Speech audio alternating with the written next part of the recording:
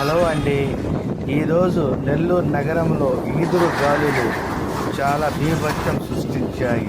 పలు కూడల్లో హోర్డింగ్స్ పైన ఉన్న ఫ్లెక్సీలు చినిగి విద్యుత్ తీగలపై పడి విద్యుత్ అంతరాయం కలిగింది. అలాగే రోడ్డు మీద వాహనదారులకు దుమ్ములేగి పలు ఇబ్బందులు పడ్డారు.